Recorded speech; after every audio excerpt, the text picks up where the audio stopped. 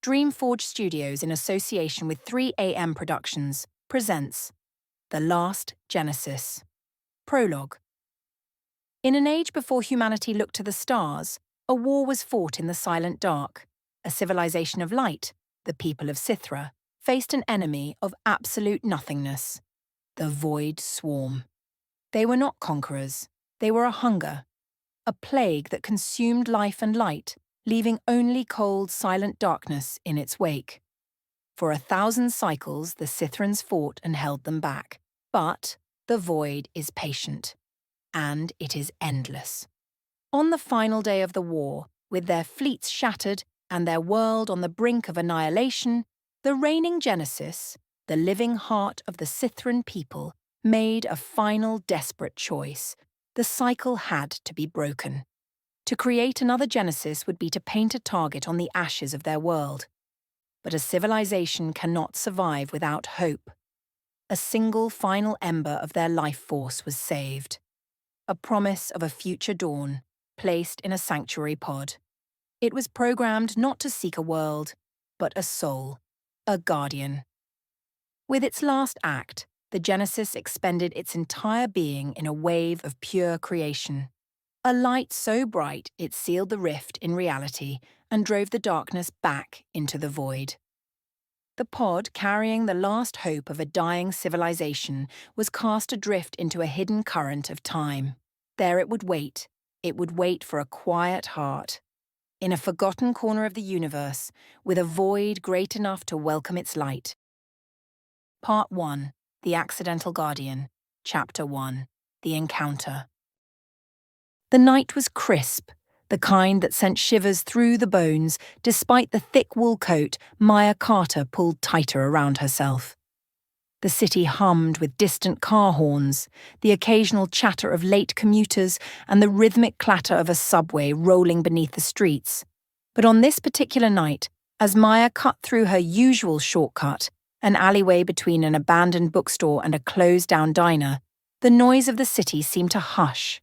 Something was wrong. At first, she thought it was just her imagination. The alley was the same as always: dumpsters, scattered trash, the sharp scent of wet pavement after an earlier drizzle. But then she noticed it.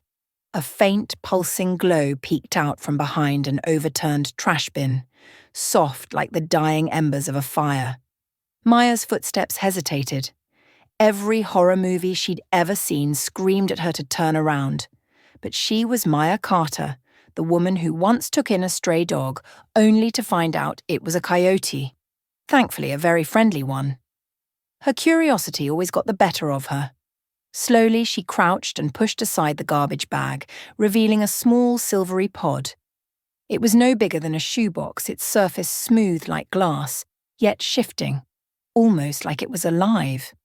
The glow pulsated in a rhythmic pattern, like a slow heartbeat. "What in the—" Maya whispered. And then it cracked open. A soft hiss filled the air as the top of the pod split apart, revealing a creature curled inside. It was small, smaller than a human baby, its skin an iridescent shade of violet and silver, shifting as if catching unseen light. Large, black-limbed eyes blinked up at her, filled with something she could only describe as innocence and fear. Maya's breath hitched. Okay, she murmured, as if trying to convince herself she wasn't dreaming. The baby alien trembled, its tiny fingers, 3 on each hand, gripping the edge of the pod as if trying to steady itself.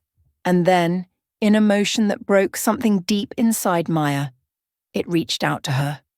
She should run. She should call someone. Instead, she did what felt the most natural. She gently picked up the creature, cradling it against her chest. Its skin was warm, unexpectedly warm. It let out a soft, warbling sound, something between a coo and a sigh, before snuggling against her coat. Maya exhaled. "Guess I'm taking you home, little one." And with that, she turned and walked out of the alley.